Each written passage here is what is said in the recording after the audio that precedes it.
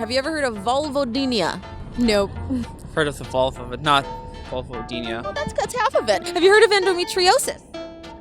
I have. I actually forgot what it meant, though. Have you ever heard of vaginismus? No. It's when your vagina is missing. Yes, when you lose your vagina. It happens all the time in the summer. I lost it various times. Burning crotch, painful sex, excruciating periods. What's up, ladies? I'm Madge the Vag, and today we're talking about 3 painful pelvic conditions you need to know more about. Is vaginismus a holiday? Well, here we are with Dr. Michael Lewis. Welcome. Thank you. Now, you are an expert in pelvic pain. Correct. Let's talk about vaginismus, because that sounds kind of fun. It sounds like Festivus. Is it a holiday? Happy Vaginismus? Absolutely not. So it's something that a lot of women don't like to talk about. And what it is, it's a involuntary contraction of the muscles around the vagina. What most people think of, it only happens with sex. It could be something that's non-sexual as well. So this can be something that could be affecting the person's life both sexually and emotionally.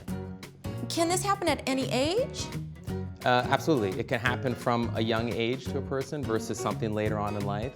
So how do you get it to open up again? Do you have to, coax it? How do you put the us in vaginismus? There's some pelvic floor relaxation exercises that you can do. And also you have to desensitize the vagina. And so that can work with dilators, progressive dilators that the patient can use, and that can help them over time. But it's not something that's gonna work overnight. You also may need to use like sexual therapy, but it's something that should be discussed a lot more, and specifically with your doctor, but then also with your partner. 1 out of 10 women have endometriosis. True or false? True. True. True. It's true. God, this is like taking the SATs. Let's talk about endometriosis. I mean, this is a big one. If you get that, is that just like saying it's the end o me? So endometriosis, it does affect 10% of women, although the majority of them don't know it. Oh. But it is a chronic condition. It's progressive. So it's usually a lot of painful periods, painful urination, defecation, and pain with sex. So what causes it?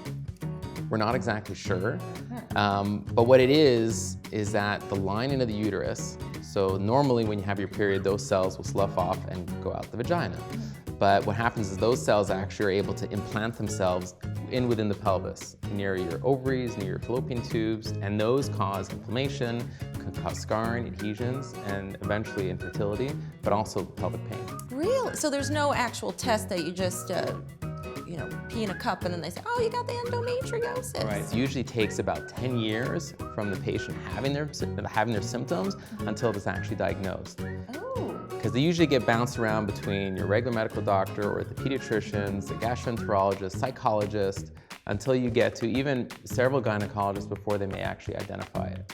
How are we going to treat this problem? So you want someone who's a minimally invasive expert or an expert to treat endometriosis. And the goal is to actually remove all of the endometriotic implants in the pelvis or wherever it is. It's sort of like you want to bring it to a clean slate. Whatever is there, you want to try to remove as much as possible and try to restore the anatomy back to normal. So then you would use some medications that would suppress it or prevent it from coming back. Again, like birth control. Hello?